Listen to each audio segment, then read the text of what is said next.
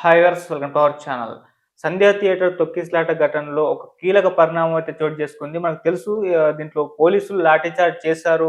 దీనివల్ల కూడా తొక్కిసలాట జరిగిందని చెప్పేసి అడ్వకేట్ రామారావు గారు అప్పుడు ఆరోపించి ఆ హ్యూమన్ రైట్స్ వాళ్ళకి కంప్లెయింట్ చేశారు. ఇప్పుడు దాని ఫలితంగా పోలీసులకు హ్యూమన్ రైట్స్ వాళ్ళైతే నోటీసులు అందజేశారు. మరి ఇప్పుడు ఇది ఎటువంటి పరిణామాలుకి దారితీసే అవకాశం కనిపిస్తుంది? ఏం జరగబోతుంది ఈ ఇష్యూలో? సో ఇప్పుడు ఇదే మాట్లాడడానికి అడ్వకేట్ రామారావు గారు మనతో పాటు ఉన్నారు. ఒకసారి వారిని అడిగి తెలుసుకునే ప్రయత్నం అయితే చేద్దాం. నమస్కారం సార్. నమస్తే. సార్ మీరప్పుడు 'అల్లు అర్జున్' గారు తొక్కిసలాట ఘటన జరిగిన తర్వాత ఇక్కడ పోలీసుల తప్పు కూడా ఉంది. వాళ్ళు లాఠీ చార్జ్ చేయడం వల్లే ఈ తొక్కిసలాట జరిగిందని చెప్పేసి మీరు ఆరోపించి హ్యూమన్ రైట్స్ వాళ్ళకి కంప్లెయింట్ చేస్తారు. ఇప్పుడు దాని ఫలితంగా వాళ్ళు నోటీసులైతే ఇచ్చారు పోలీసులకి. మరి ఇటు ఎటువంటి పరిణామాలు లీగల్‌గా చోటు చేసుకునే ఛాన్స్ ఉంది సార్ ఇప్పుడు? నెక్స్ట్ స్టెప్ ఏంటి సార్? ప్రాథమికంగా జాతీయ మానవ హక్కుల కమిషన్ దీనిలో విచారణ చేపట్టడం జరిగింది. అయితే మన దగ్గర అంటే తెలంగాణలో రాష్ట్ర మానవ హక్కుల కమిషన్‌కు చైర్పర్సన్ లేని కారణంగా మేము దీన్ని విచారణ చేపడుతున్నాము. అదే విధంగా దీనిలో ఉన్న అంశాలన్నీ మేము పరిగణలోకి తీసుకుంటాం అనే విషయాన్ని జాతీయ మానవ హక్కుల కమిషన్ ప్రొసీడింగ్స్ ద్వారా తెలపడం జరిగింది. అయితే దీంట్లో ఇంతకుముందు ఎట్లయితే మనం చూసామో ఆ తొక్కిసలాట ఘటనలో ఒక మహిళ తన ప్రాణాలు కోల్పోయింది. అదేవిధంగా వాళ్ళ కొడుకు చావు బతుకుల మధ్యలో ఉన్నాడు. ఇప్పటికి కూడా మనకు అంటే బులెటిన్ ద్వారా కానీ తన హెల్త్ స్టేటస్ అనేది తెలుస్తుంది. కొద్దిగా మెరుగుపడ్డది అని అంటున్నారు. బట్ మనకు తెలియదు ఆ వాస్తవ పరిస్థితి అనేది మనకు తెలియదు. అయితే దీనిలో నాటకీయ పరిణామాలు ఎన్నో చోటు చేసుకుంది. దీనిలో ప్రాథమికంగా నేను చూసిన అంశం ఏంటంటే పోలీస్ వాళ్ళు లాఠీ చార్జ్ చేయడం వలన తొక్కిసలాట అనేది జరిగిందని మనకు కళ్ళకు కనబడుతుంది. ఎన్నో సామాజిక మాధ్యమాలు అదేవిధంగా టీవీ ఛానళ్లలో ఆ దృశ్యాలన్నిటి మనం చూసినాం. మనకు ముందుగా కనబడ్డది ఏంటంటే ఒక కారులో అల్లు అర్జున్కు సంబంధించిన కుటుంబ సభ్యులు వాళ్ళందరూ లోపలికి రావడం జరిగింది. అదే మూడో కారులో అల్లు అర్జున్ ఉన్నాడు అనే విషయాన్ని మనం చూసినాక ఎట్లయితే వాళ్ళు లోపలికి వస్తుండ్రో సంధ్యా థియేటర్ గేట్లు అనేటివి తెరిచిండ్రు. గేట్లు అనేవి తెరిచినప్పుడు బయట నుండి పబ్లిక్ అదేవిధంగా లోపల ఉన్న పబ్లిక్ కూడా పోలీస్ వాళ్లకు అంటే ఇంతకు ముందు మనము మాట్లాడుకున్నట్టు ఎటువంటి అనుమతి అనేది తీసుకోలేదు. అయితే సంధ్యా థియేటర్ యాజమాన్యం ఏమంటుందంటే మేము ఒక లేఖ రాసినాము. లేఖ రాసినాక రెండు రోజుల తర్వాత కూడా పోలీస్ వాళ్ళు ఎటువంటి విషయం మాకు అంటే ఇస్తామని చెప్పలేదు, ఇయ్యమని చెప్పలేదు. ఇంతకు ముందు కూడా ఒక గత 20 సంవత్సరాలుగా ఎంతో మంది సెలబ్రిటీలు కానీ హీరోలు కానీ లేకుంటే ఆ క్రూ అదేవిధంగా ఆ చిత్ర బృందం ఏదైతే ఉంటుందో వాళ్ళందరూ వస్తుంటారు. వచ్చినా కానీ ఎప్పుడు కూడా ఎటువంటి అవాంఛనీయ సంఘటన జరగలేదు. కాకుంటే మేము అడిగాము, పోలీస్ వాళ్ళని అడిగినా కానీ వాళ్ళు ఎటువంటి మాకు రిప్లై అనేది ఇవ్వలేదు. కాకుంటే పోలీస్ శాఖ ఏం చెప్తుందంటే మేము తిరస్కరించినాం, మా అనుమతి అనేది మేము తిరస్కరించినాం. అంటే అనుమతి తీసుకునే పద్ధతి అది కాదు. వాస్తవానికి ఆన్లైన్లో చలాన్ కట్టి మనం చిన్న ఇంట్లో ఫంక్షన్స్ చేసుకున్నా కానీ లేకుంటే ఒక పెళ్ళి అవుతుంది, ఓ బరాత్ తీసినా కానీ మనం ఏంటంటే ఒక 15 రోజుల ముందు ఎట్లయితే వాళ్ళు షెడ్యూల్ చేసుకున్నారు, చిత్ర బృందం కావచ్చు, లేకుంటే ఫ్యాన్స్ అసోసియేషన్స్ కావచ్చు, లేకుంటే థియేటర్ యాజమాన్యం కావచ్చు, వాళ్ళు ఇంతకుముందు వాళ్ళకి తెలుసు పలానా రోజు సినిమా రిలీజ్ అవుతుందని తెలుసు, పలానా రోజు వాళ్ళు ఈవెంట్ చేస్తామనే విషయం కూడా వాళ్ళు ముందుగానే చెప్పింది. కాకుంటే వాళ్ళు ఏంటన్నా పెద్ద కన్వెన్షన్ హాల్ ఏదో ఒకటి తీసుకొని మొత్తానికి ప్రతి థియేటర్కు హీరో పోకుండా ఒకటే దగ్గర ఏర్పాటు చేసిన.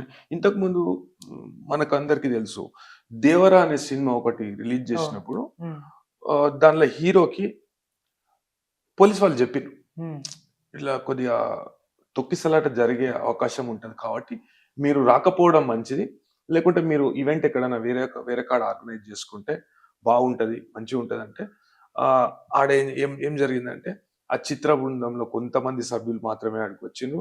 అదే విధంగా హీరో కూడా రాకుండా అంటే ఆడ తొక్కిసలాట జరగకుండా అది కొద్దిగా నియంత్రణ చేయడం జరిగింది. అయితే ప్రాణాలు పోతాయని ప్రతి ఇన్సిడెంట్ లో ప్రాణాలు పోతాయని మనం అనుకోం, కానీ ఒక దురదృష్టకరమైన విషయం అది అట్లా జరిగింది. అయితే దీనిలో జాతీయ మానవ హక్కుల కమిషన్ దృష్టికి నేను తీసుకుపోయిన అంశాలలో ప్రాథమికంగా లాఠీ చార్జ్ అనేది ఎందుకు చేయడం జరిగింది. ఇప్పుడు పోలీస్ మాన్యువల్‌లో ఎప్పుడు తప్పనిసరి పరిస్థితులలో ఫోర్స్ అనేది యూజ్ చేయాలి పోలీస్‌కు. వాళ్ళ బాధ్యత అది. ఫోర్స్ అనేది అంటే నియంత్రణ చేయనీకి వాళ్ళు ఫోర్స్ యూజ్ చేసే ఆహ్, వాళ్ళకి అధికారం కూడా ఉంటది. కానీ ఆ అధికారము మన రాజ్యాంగంలో ఇవ్వబడిన ప్రాథమిక హక్కులు, ప్రాథమిక న్యాయ సూత్రాలు ఏవైతే ఉంటాయో అవిటికి లోబడి ఉండాలని చెప్తది చట్టం. అదే వాళ్ళు ఒక ఎగ్జిక్యూటివ్ మేజిస్ట్రేట్ స్థాయి అధికారి నుండి అనుమతి తీసుకోవాలి ముందుగా. మేము we are about to use force. ఇప్పుడు దీనిలో లాఠీ చార్జ్ ఒకటే కాదు. పోలీస్ వాళ్ళు ఏం చేస్తారంటే కొన్ని సమయాలలో టియర్ గ్యాస్ అనేది వాడడం జరుగుతది. అవును. అదే విధంగా రబ్బర్ బుల్లెట్స్ అనేటివి వాడడం జరుగుతది. అదే విధంగా కొన్ని సార్లు ఏందంటే ఆహ్, క్రౌడ్‌ని నియంత్రణ చేసే టైంలో వాళ్ళను నిర్బంధించే ఆహ్, ఇది చేస్తారు. చేసినప్పుడు అట్లాంటి వీళ్ళు ముందస్తు అనుమతి తీసుకోవాలి. అయితే నేను ఏం కోరడం జరిగిందంటే ముందుగా ఈ పోలీస్ వాళ్ళు మనం కొన్ని దృశ్యాలలో చూసినాం. సామాజిక మాధ్యమాలలో, టీవీలలో ప్రసారమైన దృశ్యాలలో మనం చూసినాం. కొంతమంది పోలీస్ వాళ్ళు విచక్షణారహితంగా వాళ్ళ లాఠీలకు పని చెప్పిర్రు.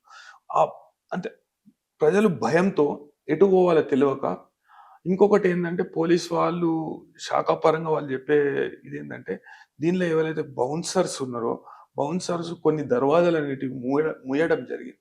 అంటే ఎటు పోకుంటా పబ్లిక్ పోకుంటా మూయడం జరిగింది. అంటే హీరో మీదికి వస్తారు, హీరో మీద పడతారనే భావనతోన ఆళ్ళేం చేసిర్రంటే ఇప్పుడు ఫ్యాన్స్ కూడా కొద్దిగా వాళ్ళు వాళ్ళు కూడా అర్థం చేసుకోకుండా కొంతమంది ఇటు రావడం, కొంతమంది అటు రావడం, అటు నుండి రావడం.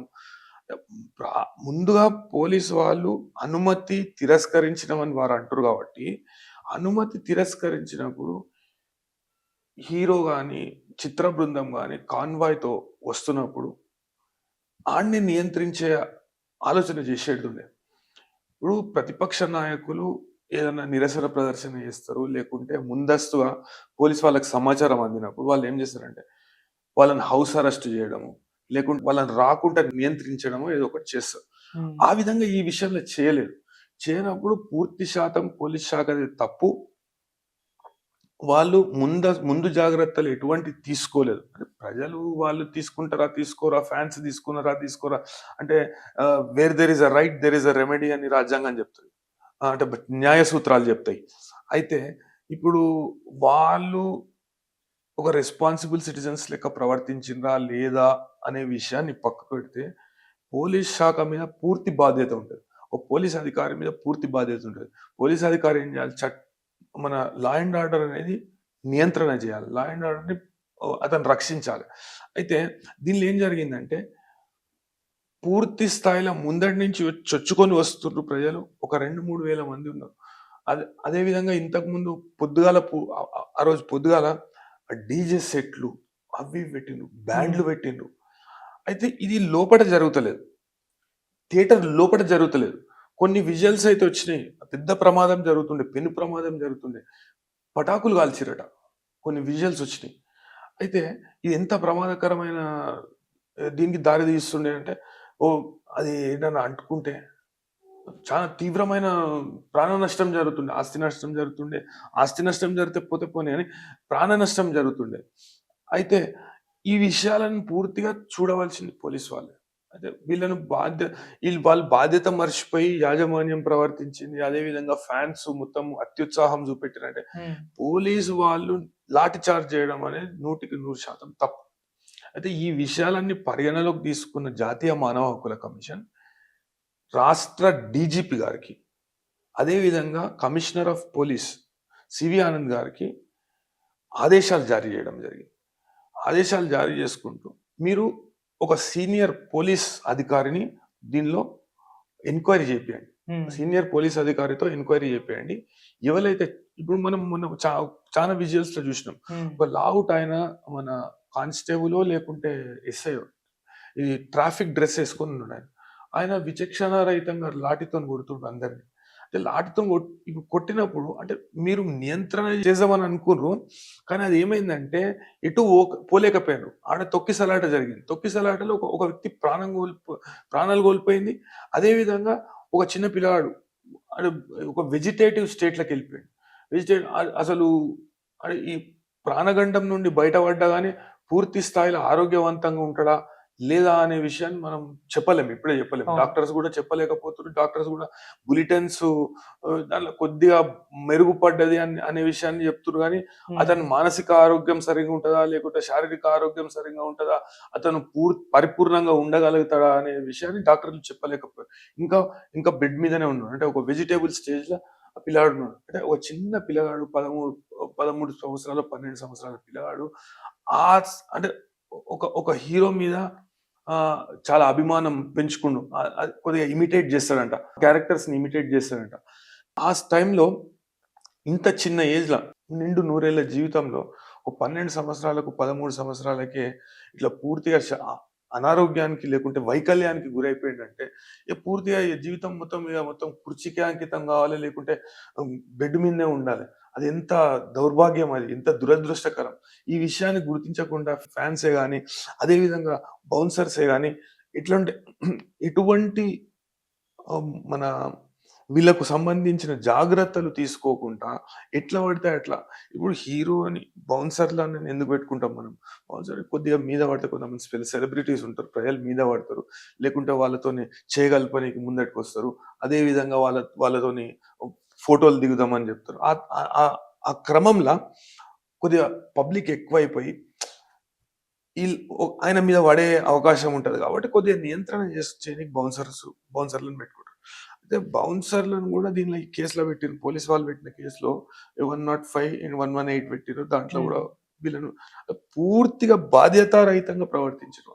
వాళ్ళేం జేయాలి? నియంత్రణ జేయాలి. క్రౌడ్‌ని దగ్గర రాకుండా నియంత్రణ జేయాలి. ఒక దిక్కు పోలీసోళ్ళు కొట్టబట్టే. ఒక దిక్కేమో బౌన్సర్‌లు నూకబట్టే. అదే విధంగా మెయిన్ గేట్ ఏదైతే ఉందో లోపటికి వచ్చినంక థియేటర్ లోపటికి పోనీకి ఏదైతే గేట్స్ ఉంటాయో, ఆ గేట్స్ అనేటివి బంద్ జేసిండ్రు. బంద్ జేస్తే అంత క్రౌడ్ ఒక 4, 5 వేల మంది క్రౌడ్ అనేది కంట్రోల్ గాలే. ఒకళ్ళ మీద ఒకళ్ళు పడ్డారు. అయితే ఈ విషయాలన్నిటిని పరిగణనలోకి తీసుకున్న జాతీయ మానవ హక్కుల కమిషన్ దీనిలో సమగ్రమైన దర్యాప్తు జరపాలి అని డీజీపీకి, కమిషనర్ ఆఫ్ పోలీస్‌కు ఆదేశాలు ఇవ్వడం జరిగింది.